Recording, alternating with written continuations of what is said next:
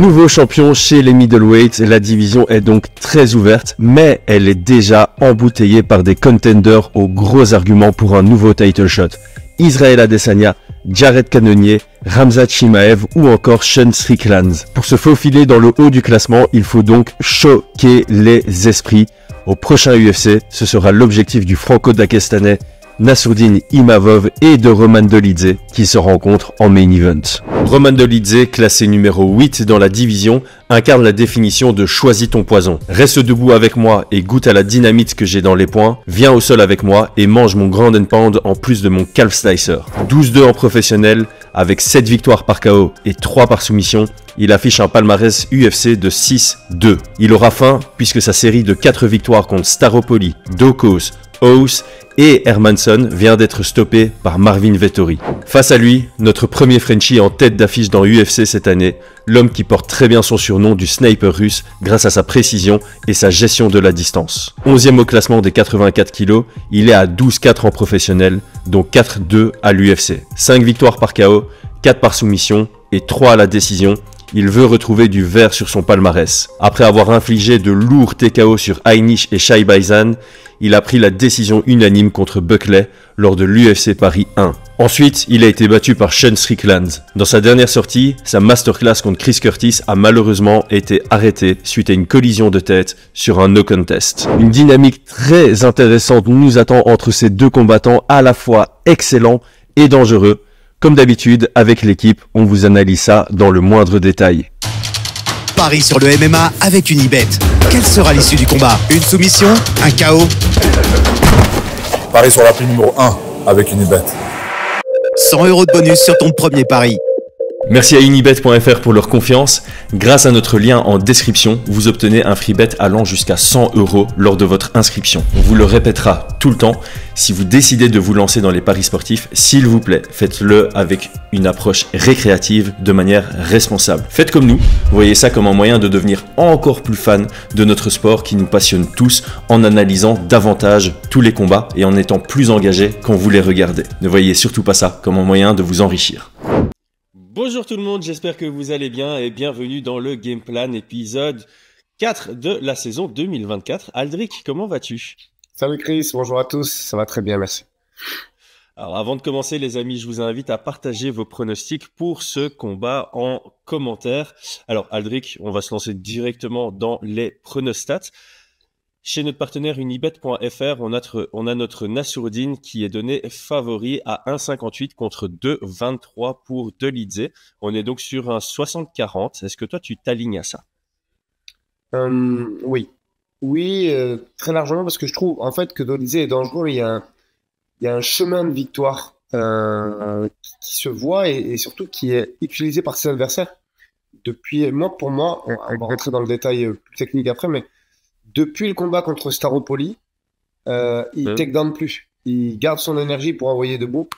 Et du coup, on voit que quand tu vois Vettori, il y a eu 0 takedown. Et sur les deux autres combats, c'est des takedowns initiés par ses adversaires. Donc, il vient faire un combat debout. Là-dessus, je pense que Nassourdine est largement favori. Et je pense même que c'est son adversaire le plus fort debout qu'il va affronter, puisque moi, je le mets largement au-dessus de Staropoli en stand-up. Bien sûr, et j'ai rigolé, je t'ai fait un double pouce vers le haut pour ceux qui écoutent juste et qui ne nous regardent pas, parce que j'avais pris cette statistique un peu plus tard, enfin, je l'avais mis dans mes notes un peu plus tard dans le podcast, mais je vais la balancer maintenant. Il a tenté qu'un seul takedown sur ses 5 derniers combats, alors qu'il en avait scoré, pas tenté, il en avait scoré 9 sur ses 4 premiers combats à l'UFC. Donc les 4 premiers combats à l'UFC, il réussit 9 takedowns, et sur les 5 derniers combats à l'UFC, il en essaye que un et il le réussit pas. Et effectivement, comme tu dis, les moments où ça s'est passé au sol dans ces derniers combats, c'est plus à l'initiative de ses adversaires, notamment de Jack Hermansson. Alors de mon côté, pour les pronostats, je trouvais ça sévère pour Dolidze. Quand j'ai regardé les codes de Paris, j'étais vraiment ça me paraît sévère pour Dolidze. Mais c'était avant mon analyse. Donc là, quand j'ai re-regardé les combats de Dolidze et ceux de Nassourdine, je trouve ça plutôt juste. Le 60-40, c'est assez juste. Et j'aime bien l'angle que tu choisis. Je pense qu'il y a un chemin très clair vers la victoire pour Nassourdine. mais on en parlera peut-être, enfin, on va élaborer ça davantage plus tard. Il a besoin d'un combat quasi parfait pour aller choper cette victoire, parce que face à lui, il y a Dolidze qui est dangereux et opportuniste. Et donc forcément, face à quelqu'un de dangereux, opportuniste, t'as pas trop le droit à l'erreur, ce qui signifie que moi, j'ai quelques craintes. Mais voilà, pour moi, Nassourdine est légitime dans le statut de favori dans ce combat. Et je propose qu'on continue sur la partie force et faiblesse du podcast en commençant par Roman Dolidze, parce que évidemment ceux qui vont écouter ce podcast-ci connaissent peut-être ou certainement moins bien Dolidze que Nassourdine Imavov. Comment est-ce que tu le décrirais en tant que combattant? Alors, tu sais, il y a un mal qui sévit dans le monde du MMA, c'est les grappleurs ou les lutteurs qui veulent devenir des strikers. Dès qu'ils ont commencé à goûter, au KO, t'as l'impression que c'est une drogue et qu'ils veulent absolument passer par là. Et je pense que c'est le piège qu'il faut surtout pas éviter. Il faut toujours garder sa vraie nature. Cela étant, lui, c'est vraiment un puncher quand même. C'est pas super beau ce qu'il fait. Debout, faut être honnête. Le combat avec Vettori, on a bien vu. Marvin, ce qu'il a sauvé, ce qui fait qu'il gagne ce combat, c'est pas sa défense ni son footwork, c'est le fait qu'il encaisse. Il y a eu 2-3 alertes quand même où il prend plein fer, mais il a un menton en adamantium, Marvin, donc ce que n'a pas forcément Nassourdine. Alors c'est pas une critique, mais je pense que là-dessus il faudra faire attention. Tu parlais de combat parfait, il faut surtout pas aller à la bagarre avec ce mec-là. Pardon, il cogne. Après, le sol, c'est, je pense, en tout cas dans la catégorie, et je dis bien dans la catégorie, pourtant il y a plein de grappleurs dans cette catégorie, hein, à 84. Il y a des champions du monde de jiu-jitsu brésilien et tout, mais c'est le grappleur, je pense, le plus complet. C'est-à-dire que malgré le fait que tu as des grands noms en 84 kilos au sol, il sait tout faire. Leg lock, guillotine, brabo, garde ouverte. Il a un panel technique très très large et il a des systèmes de leg lock hyper intéressant qui se rapproche un petit peu de ce que font les Gordon Ryan ou autres. Donc c'est un très très haut niveau au sol. C'est pour ça que je dis que c'était quand même dommage qu'ils s'en servent pas, parce qu'il a un sol de par jour.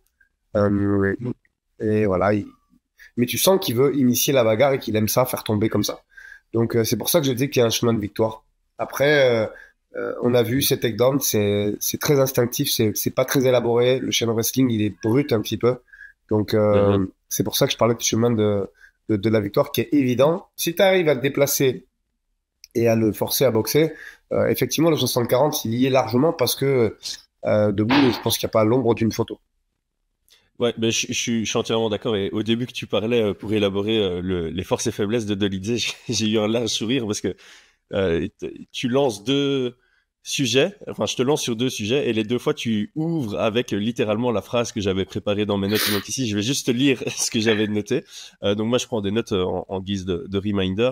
J'ai écrit: c'est un super bon grappleur qui semble être tombé amoureux de la puissance de ses poings, et selon moi c'est mauvais pour la suite de sa carrière, surtout maintenant qu'il est dans le top 10, parce qu'il n'est pas du tout un striker d'élite. J'ai pas envie de le critiquer sur son style, mais comme tu l'as très bien souligné, il frappe fort, il frappe dur, donc il est capable d'éteindre n'importe qui pour peu qu'il le touche bien.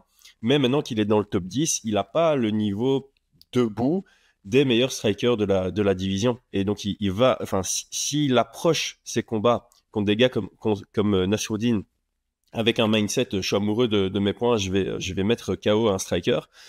De temps en temps, ça va passer, mais ce sera pas la majorité du temps. Ça va pas passer plus que 5 fois sur 10. Et puis là, j'avais noté justement la statistique, qu'il a tenté qu'un seul takedown sur ses 5 derniers combats, alors qu'il en avait scoré 9 sur les 4 premiers. Et moi, je voulais le dire ici, s'il ne change pas son approche stratégique et qu'il ne revient pas à ses fondamentaux, il va jamais se rapprocher du top 5. Jamais, jamais, jamais. Ça peut passer ici contre Nassourdine, comme tu l'as dit, s'il fait une bagarre, s'il crée une bagarre et que Nassourdine rentre dans cette bagarre, oui, il peut le connecter, oui, il peut l'éteindre debout, mais c'est pas là où il a le plus de chances de l'emporter. Il doit revenir à ses basiques, il doit travailler sur sa lutte, il doit travailler sur son chain wrestling pour la suite de sa carrière, pour amener ses combattants, ses adversaires au sol, parce que c'est là où il excelle le plus, et au sol, il est vraiment capable de battre n'importe qui de la division. Ça, c'est la réalité. Alors que debout, ça n'est pas le cas. Il peut inquiéter n'importe qui, mais il sera pas favori contre toute la division dans des combats qui restent debout. Ouais, puis il faut quand même garder à l'esprit que ce qui fait ta dangerosité et que tu commences à mettre des KO en carrière pour des gars comme ça, c'est l'incertitude. C'est-à-dire que c'est initier la lutte et ne pas le faire, lutter pour boxer ou boxer pour lutter. Et là, effectivement, il y a un niveau défensif qui s'oriente plus vers le takedown, qui fait que le mec peut prendre des coups, qu'il n'est pas imperméable et qu'il tombe. Si tu enlèves l'incertitude du jour au lendemain, tu redeviens un striker lambda, et à ce jeu-là, il y a 10 fois plus fort que lui. Et en fait, c'est pour ça que je disais que c'était un mal. C'est-à-dire que les mecs tombent amoureux de ça, du chaos, de la puissance, de descendre quelqu'un avec leurs poings. Ils veulent que ça recommence. Ils se disent en termes de gestion énergétique, bah, je vais arrêter d'initier le takedown. Je vais me concentrer sur le stand-up. Et en fait, c'est une grosse faute parce qu'il n'y a plus le truc le plus important, c'est l'incertitude. Et c'est ça qui fait que le boxeur, au lieu de faire un retrait du buste, il va descendre un peu les mains pour anticiper le sprawl ou la défense sur la ligne d'épaule.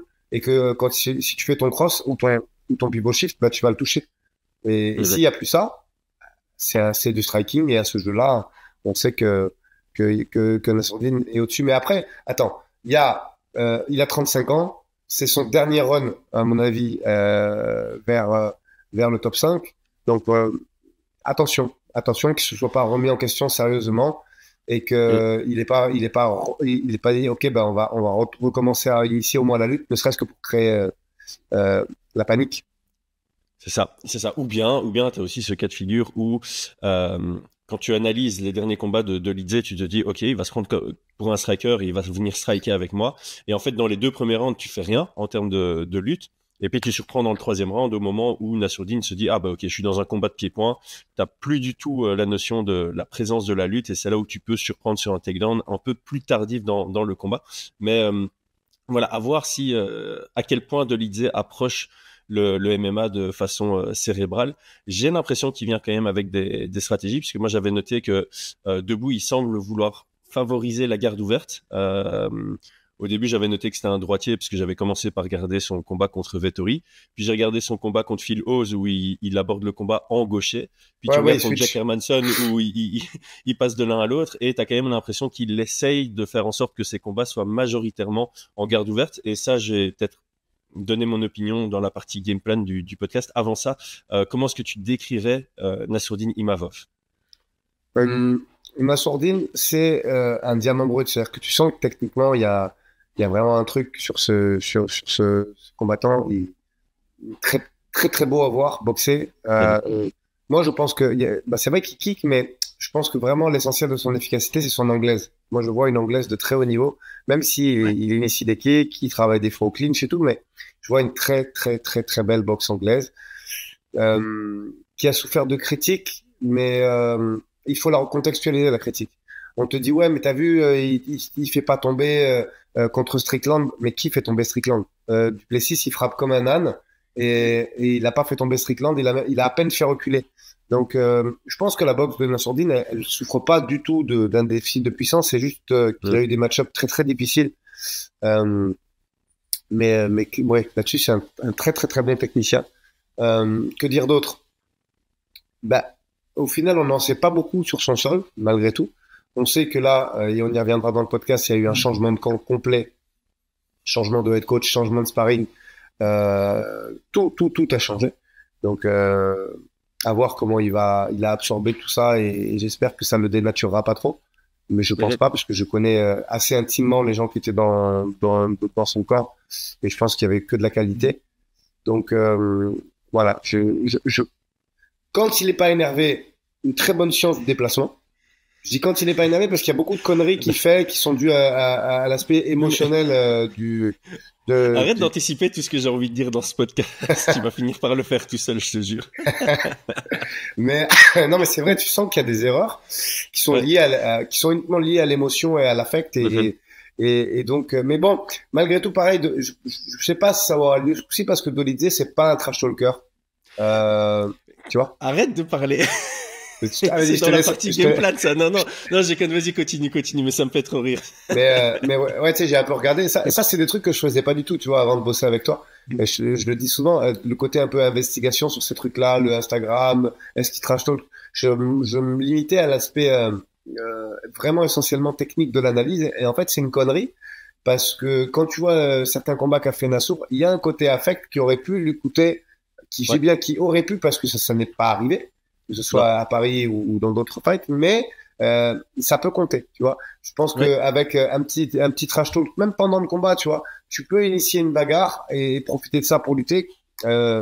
S'il n'a pas travaillé sur cet aspect, parce que pareil, c'est des combattants malgré tout. Quand ce sont des combattants jeunes, tu peux t'attendre quand même beaucoup plus facilement à une marche de progression pendant les mois où ils ont apparu.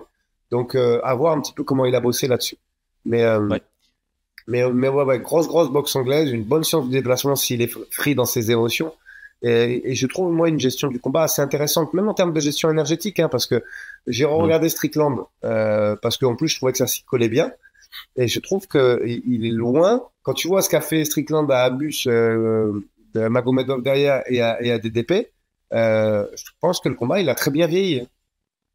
Ouais, franchement, c'est un combat qui a bien vieilli, d'autant plus que à l'époque, Nassourdine était au MMA Factory, on en avait déjà parlé plus d'une fois dans nos podcasts. Les combattants du MMA Factory performent mieux quand ils ont leur adversaire longtemps à l'avance. Ce sont des stratèges, ils viennent avec des game plans adaptés au profit de leurs adversaires, et par conséquent, les short notice, c'est pas toujours à leur avantage, dans le sens où ils n'ont pas le temps de préparer quelque chose de précis par rapport à l'énigme face à laquelle ils vont faire face dans la cage. Donc Nassourdine contre Strickland, c'était supposé être Nassourdine contre Gastelum.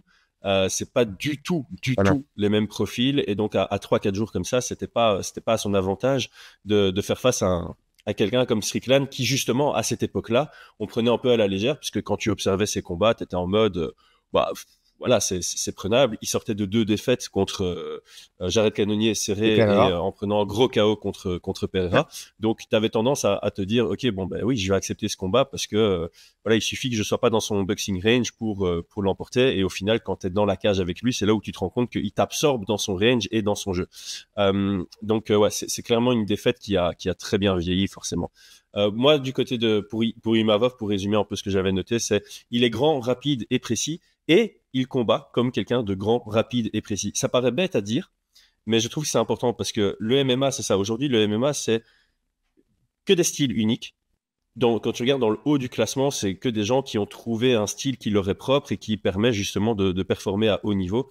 Et quand tu commences le MMA, dans ta première année, c'est important de trouver un peu ta voie, de trouver qui je suis en tant que combattant et de peaufiner ce style, de pas commencer à essayer d'être l'image de ton coach ou l'image de ton partenaire d'entraînement. C'est vraiment quelles sont mes forces en termes de morphologie, en termes de déplacement, en termes de physique, en termes de préférence, et travailler dessus pour en faire des armes. Et je trouve que Nassourdine, il a très bien compris qui il était en tant que combattant, et il a travaillé sur ces forces-là. Donc il a travaillé sur comment combattre en tant que personne assez grand pour la division, quelqu'un qui a une bonne vitesse et quelqu'un qui est très précis dans son jeu. Je trouve qu'il a une excellente gestion de la distance. Il a un jeu en in and out qui est très qualitatif. Il a un peu cet objectif toucher sans être touché. Et donc là, ça revient à ce que tu as dit. C'est pas quelqu'un qui va ancrer ses pieds pour mettre un KO sur une frappe, c'est quelqu'un qui va toucher. Et je pense qu'on se rend pas compte à l'écran, un peu comme Cyril Gane. Encore une fois, le lien MMA Factory qui est là. Un peu comme Cyril Gane, quand tu regardes, tu as l'impression que ça frappe pas fort, mais en fait, quand tu es dans la cage contre eux et que tu te fais touché par un de leurs jabs, tu fais ouf, j'ai pas envie. L'exemple que je cite tout le temps, c'est Cyril Gane contre Volkov. Volkov, je pense que dans le premier round contre Cyril Gane, il disait quand j'ai analysé, je m'attendais pas à ce que ces jabs me fassent aussi mal. Alors ça les fait pas tomber, mais ça les sort de leur jeu. Donc avec Brian, on avait déjà parlé de sa lutte, je pense dans l'analyse de son dernier combat, on sent une lutte qui est en constante amélioration. C'est pas le point fort de son jeu, mais on l'a vu contre Chris Curtis, il a bien exploité sa lutte offensive. C'est le premier qui a fait tomber Chris Curtis à l'UFC, c'est pas rien. Et il a un très bon grappling de contrôle. Il a vraiment des bonnes positions au sol. Il arrive à bien contrôler. C'est vrai que contre Curtis, il a fait des bonnes prises de dos et tout. C'est vrai ce que tu dis, ça avait bien évolué positivement. Oui, c'est ça, ça avait bien évolué contre Buckley, il avait montré des belles choses, mais comparativement à ce qu'il a montré contre Chris Curtis, tu vois vraiment une progression sur cet aspect-là. Par contre, dans les faiblesses, moi j'en ai noté 2. Il recule beaucoup en ligne, donc il a un très bon jeu de jambes, mais par contre, quand c'est défensif, il est fort linéaire. Un peu Max Holloway, il est très linéaire aussi dans ses reculs défensifs, et ça l'a pas empêché d'être un des meilleurs combattants de l'histoire en featherweight. Mais voilà, un axe d'amélioration, c'est être capable de sortir avec une rotation en cercle. Ça pourrait l'aider dans ce combat-ci, en tout cas. Et il semble quand même fatigué dans les échanges en grappling, surtout si c'est pas lui qui a le contrôle. Et donc ça, évidemment, c'est important dans ce combat-ci. Donc voilà pour ma description. Tu as fait la tienne. Je pense qu'on peut passer à la partie au cœur de ce podcast, la partie game plan. Donc, si tu étais dans le coin de Dolidze, quelles seraient les grandes lignes sur lesquelles tu le ferais bosser pendant le training camp pour affronter quelqu'un comme Nassourdine? Très clairement, mettre de l'incertitude dès le début. C'est-à-dire que même 2 rounds, j'ai peur que ce soit un peu tard parce que comme tu l'as très bien dit, Nassour, il cogne. Son jab, il est puissant. Et même si c'est un 5 rounds, euh, je pense que faire semblant de rounds et en se disant je vais capitaliser sur 3, 4, 5 est une connerie fondamentale. Parce qu'il va être usé, parce que il y aura déjà de la fatigue et ce sera plus facile de défendre. Donc moi, je pense qu'il faut, dès le début du combat, mettre un takedown ou tenter un takedown. Il passe, tant mieux. Ça fait baisser un petit peu l'énergie côté Nassour, et il passe pas. Au moins, tu as donné immédiatement l'information que tu vas mixer, et ça peut effectivement me permettre après de changer un petit peu la donne au niveau du combat et de sortir d'un cadre d'un combat de pied-point. Donc, on sait que pour faire ça, il faut avoir une préparation spécifique parce que ça crame les épaules, parce que ça peut faire monter le cardio. Donc, c'est une prépa à part quand tu sais que la lutte va être initiée très rapidement. C'est un gros boulot. Et je sais ce que je dis parce que je le fais en ce moment pour Manon. On est parti du principe que malgré le footwork exceptionnel de Manon, la lutte serait initiée dès les premières minutes du combat. Et donc ça demande un camp très très axé dessus parce que moi je pense, et c'est pas du tout une critique, qu'il y a que en poids lourd que tu peux voir des combats à 100%. Le fameux toucher sans être touché, il marche qu'en poids lourd. Je veux dire, dans toutes les autres KT, si le gars veut sacrifier 1 ou 2 coups et pour initier le clinch, il l'aura. Donc après, ça demande une défense, ça demande du travail précis, travailler le underhook, le 2-on-1, enfin tous les process qui permettent de faire lâcher pardon, le clinch free. Mais clairement, il faut initier la lutte de suite et pouvoir après travailler sur l'incertitude, soit le takedown, soit les crochets qu'il a très puissants, on le sait. Ouais, j'ai de nouveau rigolé, tu as de nouveau dit une phrase qui, je m'attendais pas à ce que tu la balances aussi, mais c'est ma conclusion. Donc moi, dans le game plan pour Dolidze, j'ai mis voilà pression, make it ugly, donc vraiment essayer de transformer un combat en bagarre, que ce soit un peu chaotique et brouillon, et alors grappler quoi. C'est vraiment pour moi c'est les 3 mots clés. C'est tu avances, tu fais en sorte que Nassourdine recule, et s'il continue à reculer en ligne et qu'il n'a pas trop travaillé là-dessus, ça va pas être trop compliqué de le mettre proche de la cage, ce qui va te permettre de rentrer un peu en mode bagarre et de grappler. On le voit statistiquement, hein, Nassourdine c'est quelqu'un qui a un plus haut volume de jeu que Dolidze. Dolidze, c'est pas quelqu'un qui va essayer de toucher plus, c'est quelqu'un qui va essayer de toucher plus fort, alors que Nassourdine c'est quelqu'un qui va essayer de toucher plus, pas spécialement plus fort, même si, comme je l'ai dit, je pense que ses frappes sont relativement impactantes, et donc il pourrait gagner à la fois au volume et à l'impact contre Dolidze. Et donc c'est ce que moi j'avais noté. Oui, Dolidze peut partir du principe qu'il est capable d'éteindre Nassourdine debout parce qu'il suffit d'une, et comme tu l'as très bien dit, quand tu es en middleweight, tu rentres dans un combat, tu sais que tu vas te faire toucher même si tu es largement au-dessus que ton adversaire en pied-point, et ici tu peux pas te permettre de te faire bien connecter par Dolidze. Ceci étant dit, si tu fais statistiquement, et on fait souvent cet exercice, si je te pose la question, si Dolidze et Nassourdine se rencontrent dans un combat de striking, qui est largement favori? Tu vas me répondre Imavov. On est à 80-20 sur un combat de... Et si c'est un combat de grappling, on est à l'opposé. Donc encore une fois, on peut considérer qu'on est sur une opposition de style, et si Dolidze n'aborde pas ce combat de cette manière, oui, il est capable de gagner parce que c'est un 80-20, il a toujours son 20%. C'est pas impossible, mais c'est pas là où il a le plus de chance. Et donc moi j'avais écrit, bref, pour moi, c'est vraiment accepter de prendre un coup si ça lui permet de se rapprocher d'une opportunité vers le sol. S'il reset quand il encaisse, il est foutu, Dolidze. Ça c'est vraiment la conclusion que j'avais mis. Et alors le point bonus que j'avais mis, là tu vas sourire parce qu'on en a parlé plus tôt, trash talk. Je sais que c'est pas son truc, mais on a vu Nassourdine se laisser emporter émotionnellement par le trash talk. Évidemment le gros exemple c'est Joaquin Buckley, et ça peut le sortir de son élément, vraiment. Surtout sur 5 rounds. Donc, voilà, de temps en temps, en tant que combattant, le plus important pour toi, c'est de mettre toutes les chances de ton côté pour remporter un combat. Donc, si tu dois sortir un peu de ton personnage, de temps en temps, il faut le faire. Donc, dans les conférences de presse et tout, je pense que c'est dans l'intérêt de Roman Dolidze d'essayer de lancer quelques pics envers Nassourdine pour essayer de l'énerver et de rentrer dans sa tête. Donc, Ouais, à voir s'il le après, il y a fait, trash talk et mais trash talk, tu vois, t'es pas obligé oui, de lancer des dingueries sur la famille des gens ou, tu vois, ou la religion des gens. Tu peux rester non, non, non, non, sur du non. trash talk, bah, il y a pas, il y a une grosse différence de niveau entre nous, je vais le manger. Et ces petits trucs-là, ils sont énervants quand même, malgré tout. Même si tu Ouais, et t'attaques puis, pas à du lourd, c'est énervant, c'est énervant. ouais, et puis je pense, enfin, je me rappelle plus exactement d'où est venu l'énervement envers Buckley, mais je me demande si c'était pas simplement un battle de regard au moment où ils allaient Ouais, signer les postières ou un truc comme ça, hein. il a pas été respectueux, mais il a fait des petites vidéos où il a dit qu'il allait lui rouler dessus, tu vois. Il est pas du tout allé chercher d'insultes, un peu comme l'avait fait Strickland, tu vois, où il est allé chercher terroriste, Daghestan. Ouais. C'est allé loin avec Strickland. Buckley, c'était, voilà, je vais te rouler dessus, mais sauf qu'au bout d'un moment, tu sens que ça le perturbe, enfin, à l'époque, on va dire ça au passé, Ouais. ça l'a perturbé. Mais en fait, et ça c'est un bon point pour faire une petite parenthèse à ce podcast. Évidemment, nous, au même titre que les combattants, bah, tu dois partir du principe de ce que tu as vu jusqu'à présent.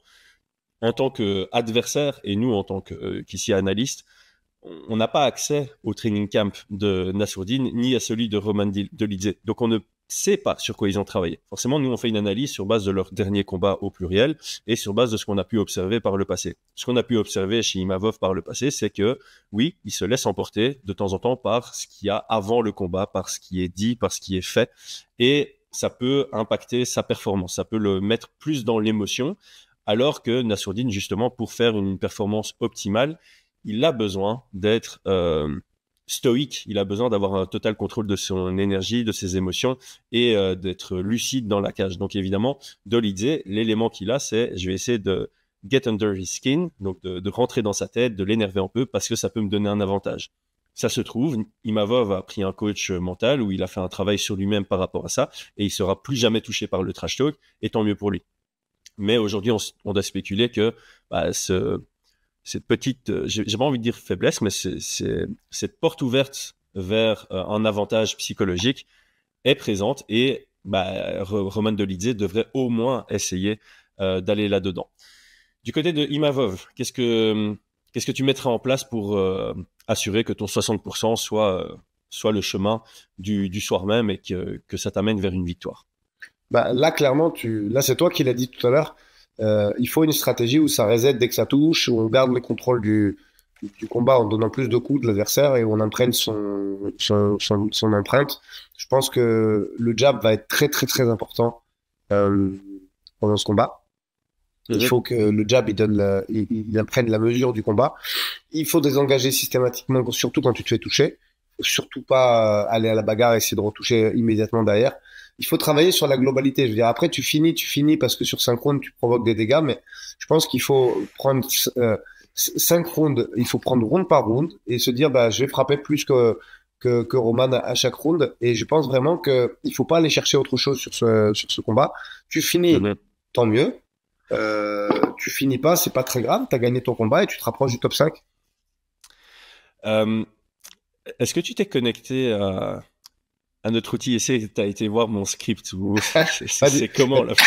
Je précise aux gens qui nous écoutent qu'on se parle beaucoup avec Chris, mais on parle jamais de nos podcasts, hein. On découvre toujours ce que chacun a préparé. Alors, je vais te lire parce qu'en général, je sais que c'est naturel, donc moi j'écris des textes. C'est rare, je suis un mec et de temps en temps je sais faire deux choses à la fois, donc je sais t'écouter et en même temps lire mon texte pour savoir ce que je dois dire. Mais donc ici, je vais simplement lire. J'ai écrit Imavov, il doit sortir le combat parfait sur 5 rounds. Une demi-erreur d'inattention, un moment où les émotions prennent le dessus, un manque de lucidité dans la fatigue, ça peut lui coûter très très cher. Pour moi, il doit venir pour prendre une décision et finaliser seulement si ça se présente naturellement. Il ne doit pas chercher le finish, sniper, circuler, absorber dans sa distance, garder de l'espace derrière lui et punir gravement au clinch pour en sortir directement. C'est vrai qu'on n'a pas parlé de cette partie-là. Je pense que Imavov a un clinch très vicieux, vraiment très très dangereux, mais c'est pas une raison pour lui d'y rester. Je pense qu'il est meilleur que Dolidze au clinch, mais ça reste une phase qui est beaucoup plus proche d'un takedown. Et si Dolidze arrive à initier le clinch sans qu'il y ait un takedown derrière, je pense que Nassourdine ne doit pas se dire je vais rester au clinch pour lui faire du dégât. C'est tu fais vite fait ton dégât et tu sors. Au même titre qu'en pied-point, c'est pas je vais combiner sur 4 coups, c'est je vais pointer mon jab, je vais sortir. Je vais pointer mon 1-2, je vais sortir. C'est vraiment comme ça qu'il doit l'aborder. Là-dessus, alors Moi, malgré l'amitié que j'ai avec Nicolas Haute, son nouveau head coach, j'ai pas cherché pour ce podcast à avoir des petits secrets parce que c'était leur premier camp et je trouve qu'il fallait les laisser tranquilles. Après, quand tu vois le casting qu'a mis en place Nicolas, je pense que là, on a la quasi-certitude que c'est ça qu'ils ont travaillé. Pourquoi? Parce que Thomas Loubersan, c'est la science à l'état pur de comment annuler un clinch pour repartir dans ta position initiale. Et même si dans le jeu de Thomas en lui-même, c'est pas pour boxer parce que c'est un grappleur, il casse le clinch pour repartir dans un clinch où lui, il est favorable, où lui, il peut faire tomber. Donc ça, c'est vraiment l'empreinte de Thomas. C'est annuler le jeu de l'adversaire. Et connaissant Nicolas et Thomas, tu peux être sûr qu'ils ont travaillé au détail près chaque takedown qu'il a pu faire à l'époque de ses débuts à l'UFC, de ses 3-4 premiers combats, et notamment contre Staropoli où il en fait 5 pendant le combat réussi. Je crois qu'il en rate 2 et qu'il en réussit 5. Donc je pense qu'ils ont retravaillé là-dessus quand même et qu'ils ont vraiment que on va voir un Assourdine avec un clinch et une défense de lutte proactive, c'est-à-dire il va casser la position et revenir à chaque fois sur une position neutre, tu vois. Parce que c'est quand même Thomas là-dessus, on peut dire ce qu'on veut. Et moi, je l'ai fait venir à Nice, c'est pas pour rien. C'est un très très grand technicien. Souvent, on reste un peu bloqué par son jeu. On dit ouais, il est costaud. Non, non, non, non. Il y a énormément de science dans ce que fait Thomas, énormément d'analyse. Et là-dessus, c'est une certitude qu'il aura les armes.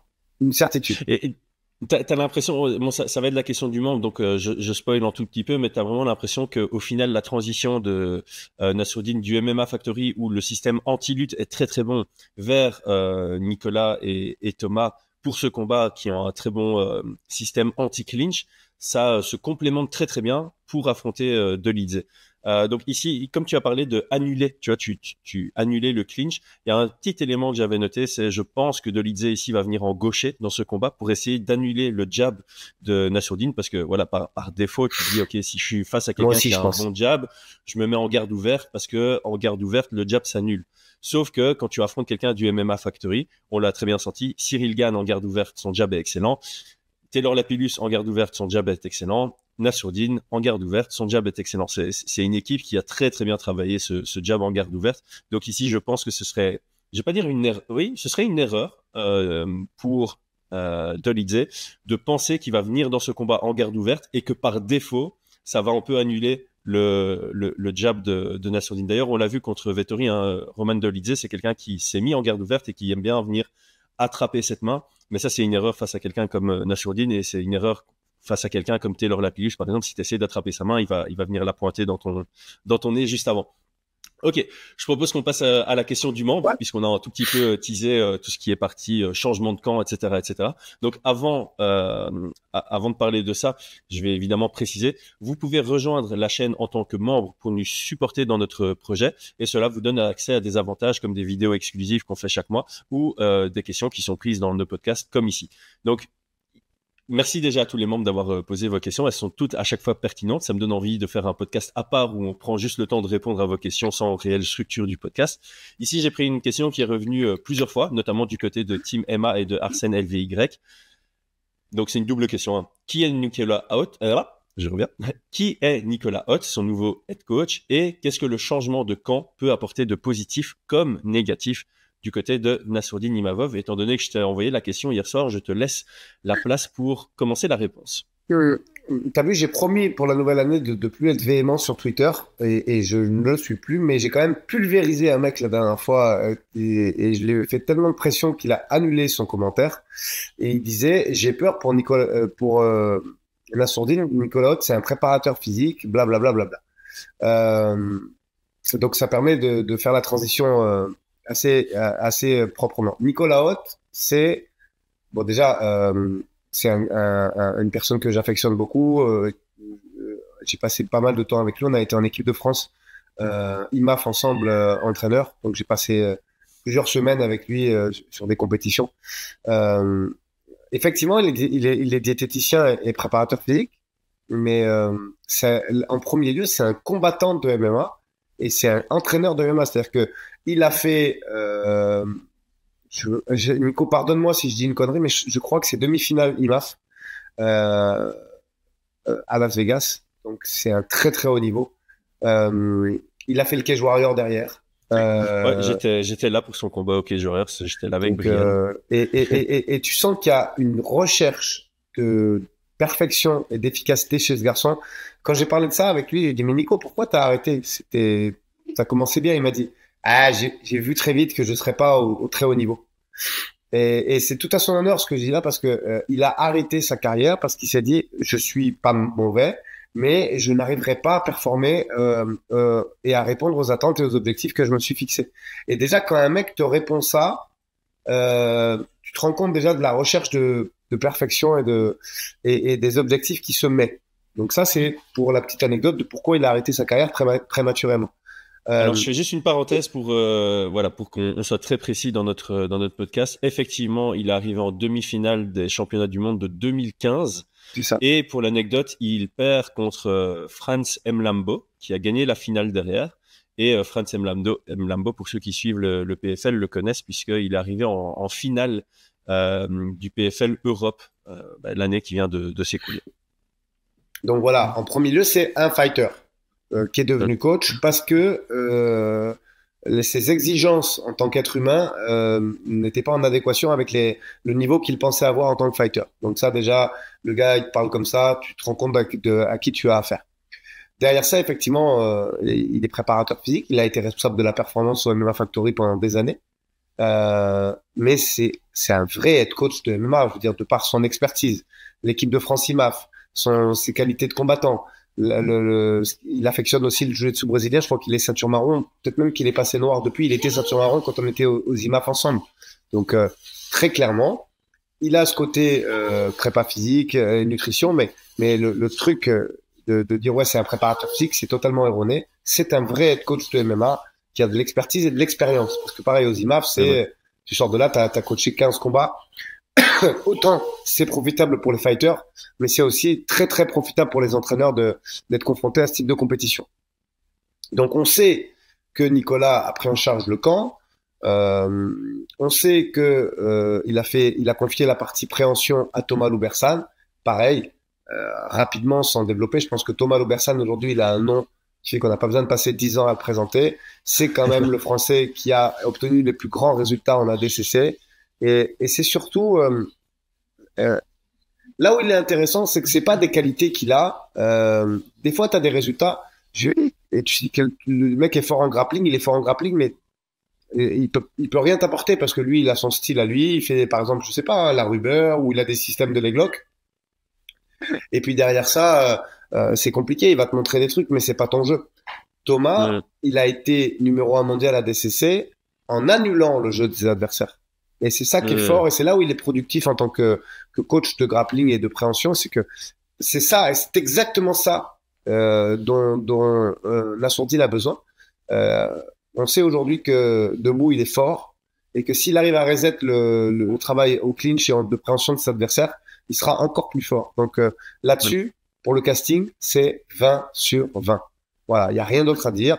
On sait que Nico, il a travaillé sur les aspects en plus de Dolidze, puisqu'il l'a mis sur les réseaux. Ça s'est fait volontairement pour bien montrer au camp de Dolidze, on est là, on bosse. Il a fait venir des intervenants sur la garde ouverte, il a fait venir des intervenants sur les leg locks. Et c'est pas pour... Il a la science aussi de la communication, parce que ça, c'est fait exprès. Il communique pour dire, bah tiens, vas-y, amuse-toi, on a bossé. Et c'est des choses, moi, que j'aime beaucoup, que j'ai remarqué en investiguant un petit peu pendant ce camp. Donc, hâte de voir ce que ça a donné. Et pour terminer, je pense qu'il n'y aura pas... alors, Nicolas Haute, c'est pas un pur produit du MMA Factory. Il a son analyse et son expertise. Mais ce que je veux dire par là, c'est que il connaît les process parce qu'il y a été pendant des années. Ouais. Thomas aussi, il y a été pendant, alors beaucoup moins longtemps, mais il y a été aussi. À partir de là, je pense que c'est un environnement plutôt familier pour Nassour et que du coup ce côté négatif d'un changement drastique complet du truc il y est pas, tu vois, parce qu'ils se connaissent déjà d'avant.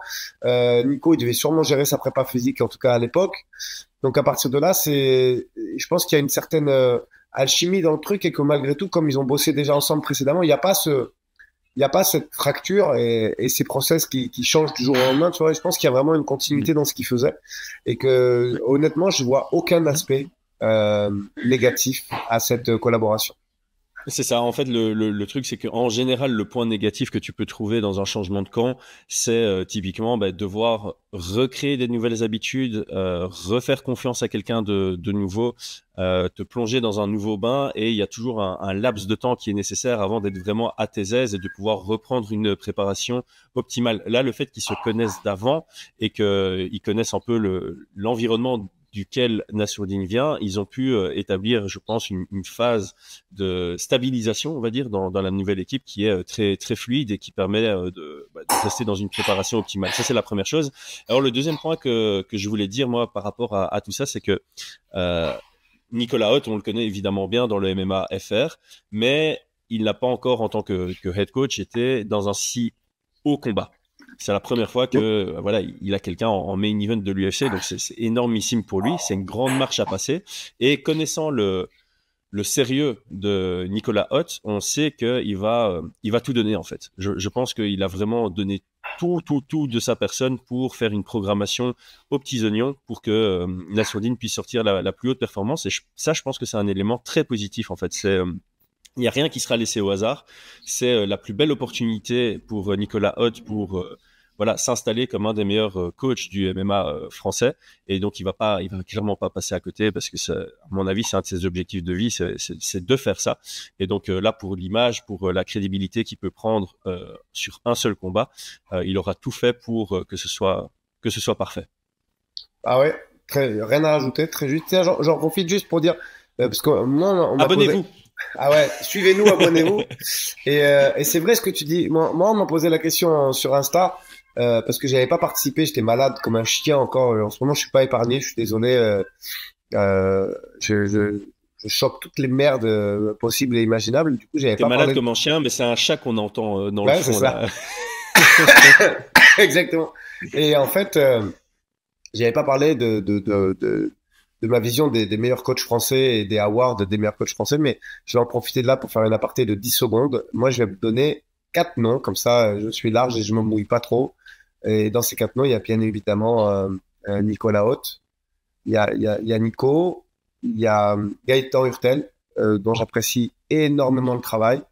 Il y a Johnny Frachet qui est vraiment à souligner cette année. Et croyez-moi, on n'a pas encore fini de voir son équipe comment on va monter. Là, c'est trop tôt. C'est même pas des croustilles, c'est des, c'est des news que j'ai eu hier. Mais il y a encore deux énormes éléments qui rejoignent l'US Petroviso et ça va devenir vraiment un club qui compte.